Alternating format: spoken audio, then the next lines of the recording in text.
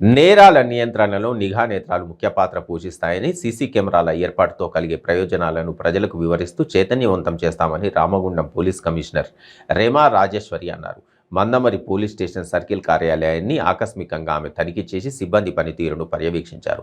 ఈ సందర్భంగా ఏర్పాటు చేసిన విలేకరుల సమావేశంలో ఆమె మాట్లాడారు.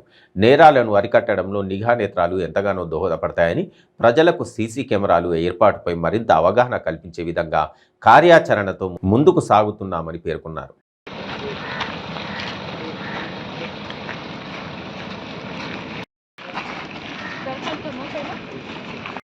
అందరికీ నమస్కారం.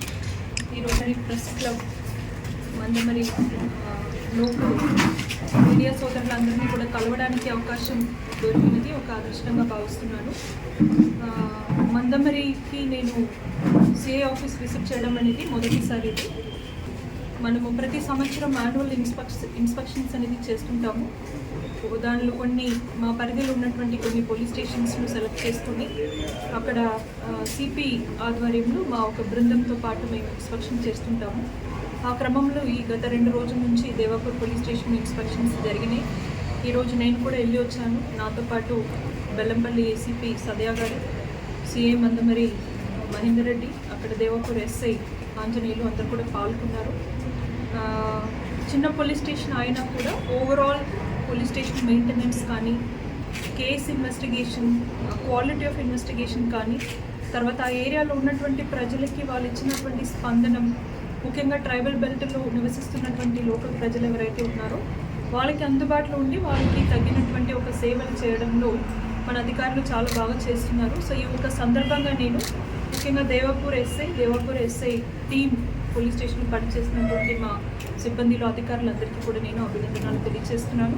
అదేవిధంగా వాళ్ళకి మంచి గైడెన్స్ ఇస్తూ ఒక మంచి లీడర్షిప్ ఇస్తున్నటువంటి ఏసీపీ గారికి, సిఐ గారికి కూడా అభినందనలు తెలియజేస్తున్నాను.